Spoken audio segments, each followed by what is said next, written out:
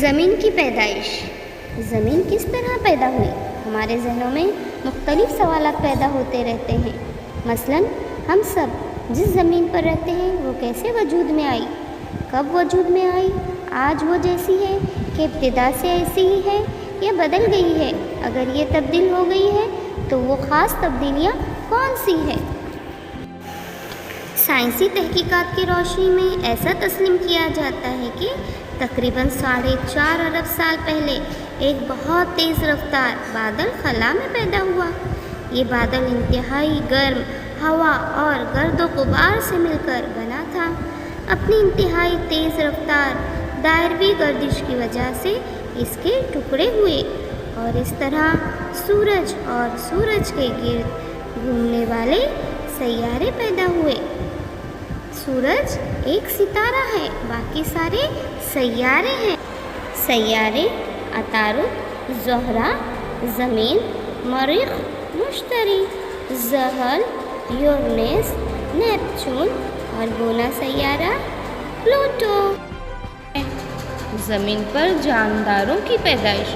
ان تمام سیاروں میں سے زمین پر جاندار مخلوق موجود ہے۔ دراصل زمین کی پیدائش کے بعد اس کی اوپری سطح ٹھنڈی ہو کر اس پر آبی ذخائر پیدا ہونے کو تقریباً 80 کروڑ سال لگے۔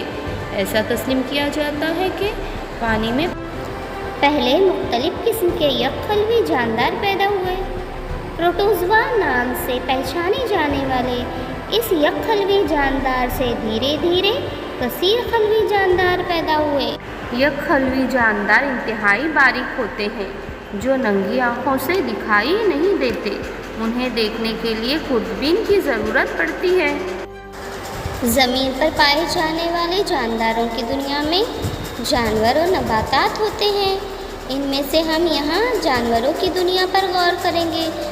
جانوروں کی بعض خصوصیات ہوتی ہیں۔ جانوروں میں عمل تنفس ہوتا ہے۔ جانور غذا حاصل کرنے کے لیے یا دیگر وجوہات کی وجہ سے نقل و حرکت کرتے ہیں۔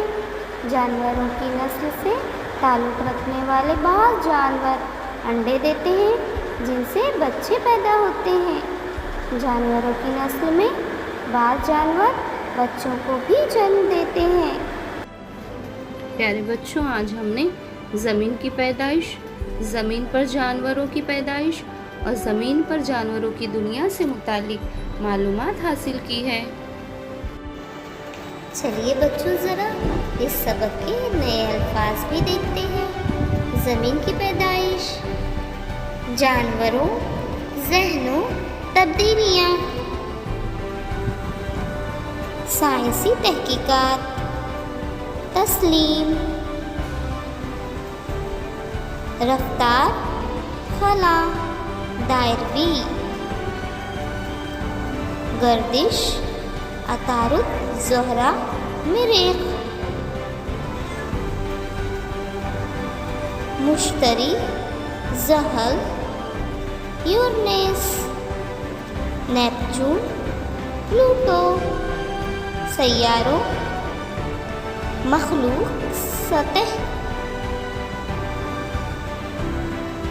ٹھنڈی، تقریباً، کروڑ۔ پروٹوزوا یک خلوی، قصیر خلوی، ننگی، خوردبین۔ نباتات، عمل تنفس، نقل حرکت، انڈے، جنم۔ ان تمام نئے الفاظ کو لکھ کر اس کا فوٹو مجھے سینڈ کرو۔ شکریہ۔